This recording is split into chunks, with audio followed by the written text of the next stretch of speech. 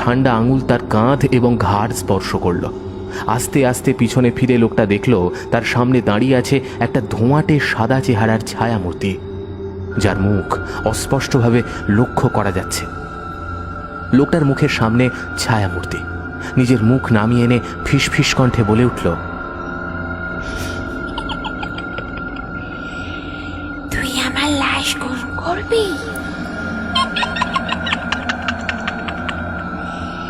তুই কি ভাবলি আমি তোকে এই কাজ করতে দেব?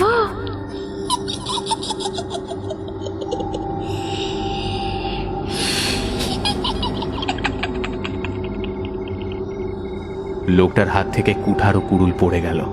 ভয়ে কাঁপতে কাঁপতে সে ছায়ামূর্তির দিকে তাকিয়ে রইল। ছায়ামূর্তি হাসতে হাসতে লোকটার মাথাটা চেপে ধরল।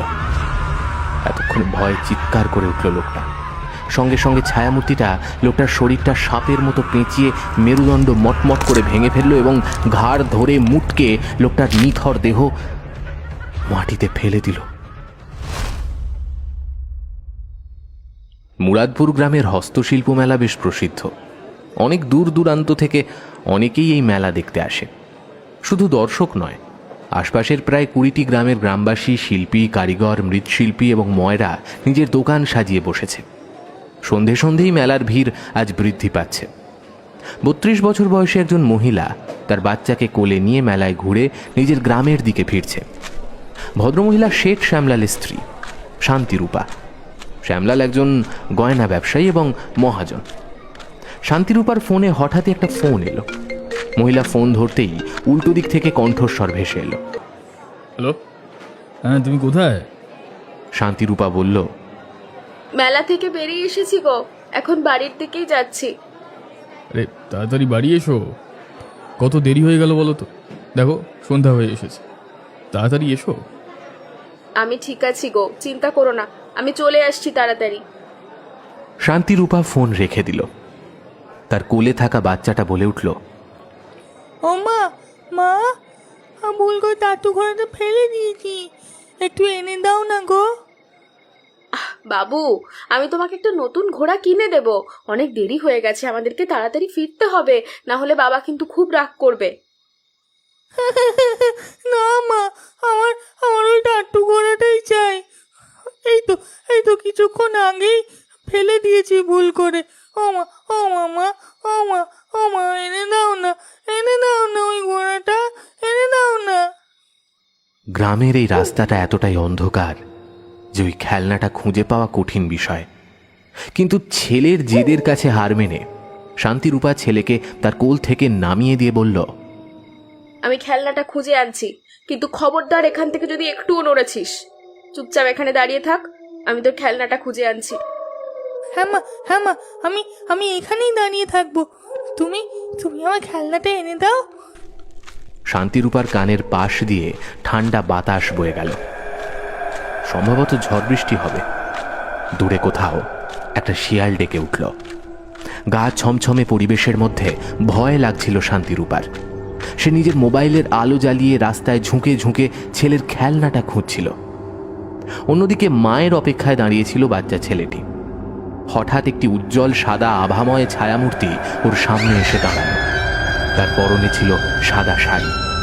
মহিলার মুখটা অস্পষ্ট।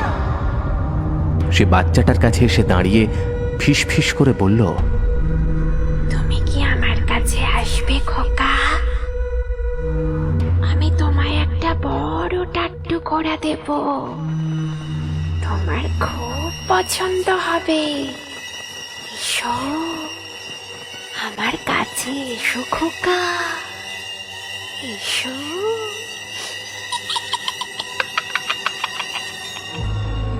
ছেলেটা খেলনা পাওয়ার লোভে কোনো কিছুই না বুঝে ধীরে ধীরে সেই ছায়ামূর্তির দিকে এগিয়ে এলো। ছায়ামূর্তির মুখ সম্পূর্ণরূপে একটি রহস্যময় অন্ধকারে আবৃত, কিন্তু তার ভয়ঙ্কর শয়তানি হাসি ও রক্তবর্ণের মতো চক্ষু জোড়া দৃশ্যমান। ছেলেটা তার কাছে গেল। ছায়ামূর্তি ছেলেটাকে কোলে তুলে নিল। হঠাৎ শুরু হলো ঝড় বজ্রপাত। বিদ্যুতের আলোর ঝলকানিতে ছায়ামূর্তির মুখটা স্পষ্ট দেখা যাচ্ছিল। ভয়ানক সেই মুখের এক অংশ কঙ্কাল এবং অপর অংশ ছিল ঝলসানো। ছেলেটাই রূপ দেখে ভয় পেয়ে গেল।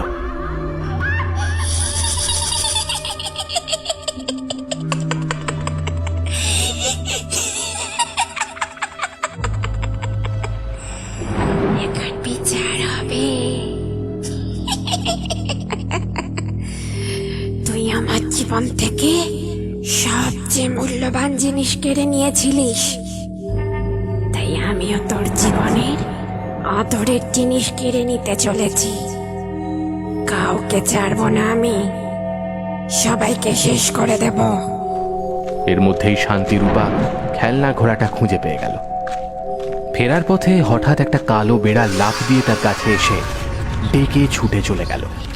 চমকে উঠল শান্তিরূপা। অবশেষে সে নিজের ছেলের কাছে ফিরে এসে দেখল সেখানে ছেলেটি নেই। অনেক খোঁজার পরও সে নিজের ছেলেকে খুঁজে পেল না। সোনা, এই সোনা, এই কোথায় গেলি রে? তোকে আমি কোথাও যেতে বারণ করেছিলাম না? বেরিয়ে আয় বলছি, আজ তোকে ধরতে পারলে কিন্তু খুব শাস্তি দেব।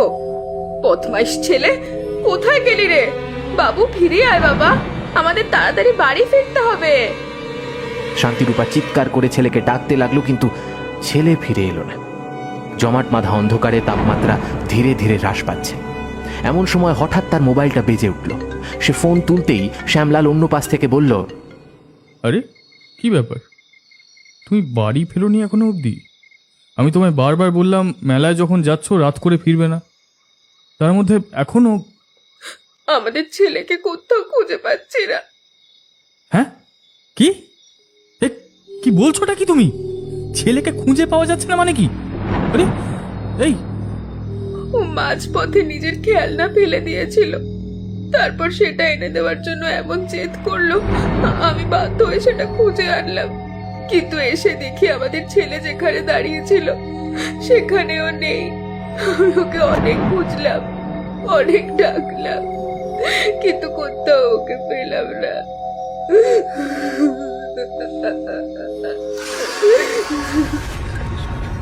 শান্তিরূপার হাত থেকে মোবাইলটা পড়ে যাওয়ায় সে তার বাক্যটা সম্পূর্ণ করতে পারল না। হাত থেকে তার ফোনটা মাটিতে পড়ে গেল। শ্যামলাল ক্রমাগত বলে চলেছে, হ্যালো হ্যালো শান্তি, হ্যালো হ্যালো। শান্তিরূপা নিজের সামনের দৃশ্য দেখে চিৎকার করে উঠল। এতক্ষণে সে বুঝল ছেলেকে খুঁজতে খুঁজতে সে জঙ্গলের সামনে চলে এসেছে। তার সামনে দণ্ডায়মান একটি অশ্বত্থ গাছ। গাছটার ডালের ওপর সাদা শাড়ি পরিহিতা এক মহিলা বসে আছে। তার ভয়ঙ্কর পৈশাচিক মুখ পরিষ্কারভাবে দৃশ্যমান। গাছের ডালে বসে সেই মূর্তি পা দোলাচ্ছে আর শান্তিরূপার দিকে তাকিয়ে কুটিলভাবে হাসছে। ভয়ঙ্কর মূর্তির সঙ্গেই রয়েছে তার ছেলে। দয়া করে আমার ছেলেকে ছেড়ে দাও, আমার ছেলের কোনো ক্ষতি করো না, ওকে যেতে দাও, ওকে যেতে দাও।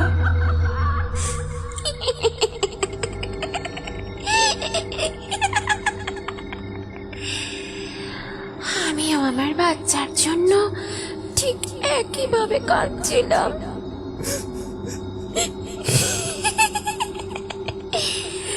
অন্ধকার রাতে সাহায্যের জন্য সকলের কাছে ভিক্ষা চেয়েছিলাম, কিন্তু তখন কেউ আমাকে সাহায্য করতে আসেনি, কেউ না। তোমার যদি কষ্ট দিতেই হয় তাহলে তুমি আমাকে কষ্ট দাও, কিন্তু আমার ছেলেটাকে ছেড়ে দাও। আমরা তো তোমাকে চিনিও না, কি ক্ষতি করেছি আমরা তোমার?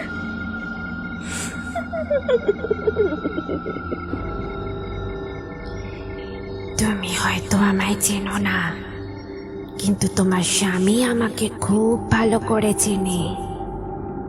শান্তিরূপা তার ছেলেকে ফিরে পেতে মরিয়া হয়ে উঠেছে। স্বামীকে সে তৎক্ষণাৎ সেখানে ডেকে নিল। মিনিট 10 মধ্যে শেঠ শ্যামলাল এসে হাজির। শ্যামলালকে সামনে দেখে গাছে ঝুলে থাকা সেই ভয়ানক মূর্তি ক্রুদ্ধস্বরে হুঙ্কার দিল, ছেলে কোথায় বল, যদি না বলিস তাহলে আমি তোর ছেলেকে তোর চোখের সামনে শেষ করে ফেলবো। এই বলে সেই ছায়ামূর্তি তার কোলে বসে থাকা বাচ্চাটাকে তুলে ধরল বাতাসে। বাচ্চাটা কেঁদে উঠল। সঙ্গে সঙ্গে শুরু হলো ঝড় বৃষ্টি। মেঘ ডাকার শব্দের সঙ্গে যুক্ত হলো বিদ্যুতের ঝলক। সেই আলোতে সেই ছায়ামূর্তির মুখ দৃশ্যমান হলো। শ্রাবন্তীজি, তাহলে অবশেষে আমায় চিনতে পারলে? শান্তিরূপা অবাক হয়ে বলল, তুমি ওকে চেনো? হ্যাঁ, তোমার স্বামী আমাকে ভালো করেই চেনে। গল্পটা বলবো নাকি শ্যামলাল? কিন্তু কিন্তু আমি আমি তো কিছু করিনি। আর একটাও মিথ্যে বললে তোমার ছেলেকে কিন্তু এখনই নিচে ফেলে দেব। দেখতে চাও? এই বলে সেই ভয়ানক মূর্তি বাচ্চাটাকে নিচে ফেলে দেওয়ার ভান করলো। শান্তিরূপা চিৎকার করে বলল, দয়া করে আমার বাচ্চাটার কোনো ক্ষতি করো না। ও আমার প্রাণ, আমার জীবনের সবচেয়ে মূল্যবান সম্পদ। আমার এত বড় ক্ষতি করো না, আমার এত বড় ক্ষতি করো না। আমি আমি কিছু করিনি শ্রাবন্তীজি। আমি আমি আপনাকে কেবল একটা ভালো প্রস্তাব দিয়েছিলাম। আপনি যেই বাড়িতে থাকতেন সেটা আমি ভালো দাম দিয়ে কিনে নিতে চেয়েছিলাম, যাতে সেই জমির ওপর আমি একটা হোটেল তৈরি করতে পারি। আমি আপনাকে তুলনামূলক অনেক বেশি দাম দিতে চেয়েছিলাম, কিন্তু আপনি আমার প্রস্তাব প্রত্যাখ্যান করেন। আমি তখন আপনার সিদ্ধান্তে খুব খুশি না হলেও আমি কোনো প্রতিবাদ করিনি। শ্রাবন্তীজি বলল, তুমি তো শুধু সেটাতেই থামোনি, তুমি আমাকে হুমকি দেওয়ার জন্য আমার বাড়িতে গুন্ডা পাঠিয়েছিলে। আমি একজন বিধবা মেয়ে মানুষ। ওই বাড়িটা ছিল আমার মৃত স্বামীর শেষ স্মৃতি। তোমার গুন্ডারা আমাকে হুমকি দেওয়ার চেষ্টা করেছিল, কিন্তু আমি মাথা নত করিনি। আমি পঞ্চায়েতের কাছে অভিযোগ করেছিলাম, কিন্তু তারা বিশ্বাস করেনি যে তুমি এমন কিছু করতে পারো। যখনই এক রাতেই তোমার সব প্রচেষ্টা ব্যর্থ হয়ে গেল, তুমি আমার বাড়িতে গুন্ডা পাঠিয়ে আমার বাচ্চা চুরি করে নিয়ে গেলে। আমার দুর্বল জায়গায় আঘাত করেছিলে তুমি। আমি লড়াই করার চেষ্টা করেছিলাম। একজন অসহায় বিধবাকে দমন করার জন্য তোমার 2-3 জন গুন্ডার দরকার ছিল, কিন্তু তবুও তুমি আমার বাচ্চাকে অপহরণ করেছিলে। আমি যখন তাদের থামানোর চেষ্টা করেছিলাম, তখন তারা আমাকে লোহার রড দিয়ে মাথায় আঘাত করেছিল। তারা আমার হাত পা ভেঙে ফেলেছিল এবং ইট দিয়ে আমার মুখ থেতলে দিয়েছিল। আমায় হাত মরা করে তারা আমার দেহ জঙ্গলে ছুঁড়ে ফেলেছিল। জঙ্গলের এই ধারে কেউ আসতো না। সেই সুযোগে আমাকে এই অসত্য গাছের নিচে পুঁতে ফেলতে চেয়েছিল, কিন্তু আমি তাকে মেরে ফেলেছি। বাকি গুন্ডাদেরও আমি মেরে ফেলেছি। আমার বাচ্চা কোথায় আছে আমাকে বলো, নাহলে তোমার বাচ্চাকেও আমি শেষ করে দেব।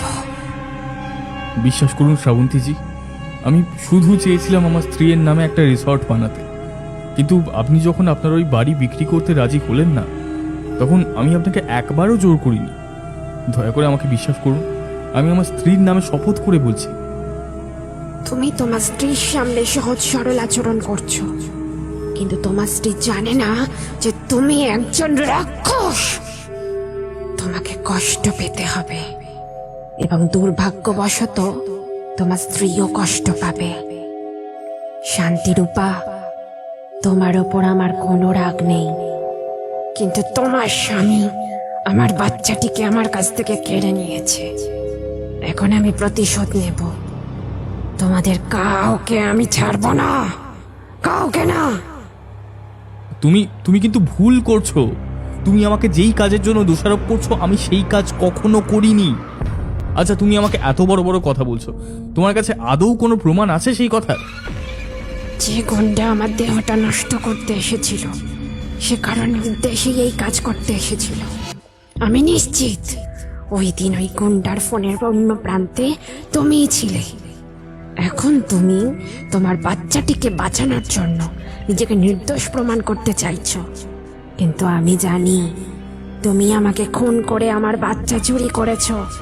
তুমি আমাকে প্রচন্ড যন্ত্রণা দিয়েছো, আর এখন আমি তোমাকে এর থেকে অনেক বেশি কষ্ট দিয়ে মারবো, অনেক বেশি কষ্ট দেব। শ্রাবন্তী বাচ্চাটাকে বাতাসে তুলে ধরল। বাচ্চাটা কাঁদতে শুরু করলো। থামো থামো, আমি জানি তোমার বাচ্চাটা কোথায়। শ্যামলাল অবাক হয়ে পেছনে তাকিয়ে দেখল শান্তিরূপাকে হাত জোর করে কাঁদছে। আমি তোমার বাড়ির জায়গাটা সত্যি পছন্দ করতাম, যে কোনো মূল্যে আমি ওটা চেয়েছিলাম। আমি আমার পছন্দের জিনিস হাতছাড়া করতে পারি না। আমি আমার স্বামীকে বলি ওই জায়গাটা আমায় কিনে দিতে, কিন্তু তিনি নিপাট ভদ্রলোক। তুমি তার প্রস্তাব প্রত্যাখ্যান করার পর তিনি আর তোমাকে বিরক্ত করেননি, কিন্তু আমি দৃঢ় ছিলাম আমার ওই বাড়িটাই চাই। আমি তোমার বাড়িতে খুন্ডা পাঠাই তোমাকে হুমকি দেওয়ার জন্য, কিন্তু তাতে কোনো লাভ হলো না। তোমায় সাহায্য করার জন্য আমি তোমার বাচ্চাটাকে অপহরণ করেছিলাম, যাতে তুমি অবশেষে হাল ছেড়ে দিয়ে আমাদের প্রস্তাবে রাজি হও। কিন্তু বিশ্বাস করো, আমি তোমাকে মারতে চাইনি। আমি গুন্ডাদেরকে বলেছিলাম যে বিষয়টা শুধু ভয় দেখানোর মধ্যেই যেন সীমাবদ্ধ থাকে, কিন্তু গুন্ডারা ওদের রাগ সামলাতে পারেনি আর ভুল করে তোমার মাথায় জোরে আঘাত করে। আমি আমি সেখানে দাঁড়িয়ে তোমার মৃত্যু দেখেছিলাম। আমি তাদের বলেছিলাম তোমার লাশ ফেলে দিতে। গুন্ডারা সেটা করতে গিয়েছিল, কিন্তু সেই গুন্ডারা আর ফিরে আসেনি। তুমি তুমি তুমি দয়া করে আমার ছেলেকে যেতে দাও। তোমার বাচ্চা কিন্তু নিরাপদ, সে একটা অনাথ আশ্রমে আছে। তুমি এইসব কখন করেছো শান্তি? তুমি যে মায়ের সাথে এমনটা করতে পারলে? তোমারও একটা বাচ্চা আছে শান্তি, তুমিও একজন মা। এত পাষাণ হলে কি করে? হ্যাঁ, ছি ছি ছি ছি ছি, তোমাকে আমার স্ত্রী বলতে আমার লজ্জা করছে। তুমি কিভাবে করলে এই কাজ? হ্যাঁ, ছি ছি ছি ছি ছি, ঠিক। তুমি আসল অপরাধী। হ্যাঁ, তুমি তুমি এখন বুঝবে নিজের বাচ্চাকে হারাতে কতটা কষ্ট হয়। বুঝবে তুমি। দয়া করে আমার বাচ্চাটাকে বাঁচতে দাও। তুমি তুমি আমাকে শাস্তি দাও, কিন্তু আমার বাচ্চাটার কোনো ক্ষতি করো না। ও তো কোনো অন্যায় করেনি, বলো। ওকে ছেড়ে দাও। হঠাৎ একটা অদ্ভুত ঘটনা ঘটল। শ্রাবন্তী তার হাত লম্বা করে প্রসারিত করলো এবং বাচ্চাটাকে শ্যামলালের কাছে পৌঁছে দিয়ে এগিয়ে গেল। শান্তিরূপা ছুটে নিজের ছেলের কাছে যেতে গেলেই শ্রাবন্তীর অতৃপ্ত আত্মা শান্তিরূপার গলা টিপে ধরল। সে ব্যথায় কাতরাতে লাগলো, তার কণ্ঠস্বর এবং নিঃশ্বাস বন্ধ হয়ে এলো। তারপর শক্তিশালী মোচড় দিয়ে শ্রাবন্তী শান্তিরূপার ঘাড় এবং মেরুদণ্ড ভেঙে দিল। শান্তিরূপার প্রাণহীন দেহটা মাটিতে পড়ে গেল। আমার প্রতিশোধ নেওয়া হয়েছে। আমি তোমার সন্তানের কোনো ক্ষতি করব না শ্যামলাল। সম্ভব হলে আমার ছেলেটাকে তুমি দেখাশোনা করো। তোমার স্ত্রী যে পাপ করেছে কেউ তা সংশোধন করতে পারবে না, কিন্তু অন্তত তুমি তার প্রায়শ্চিত্ত করতে পারো।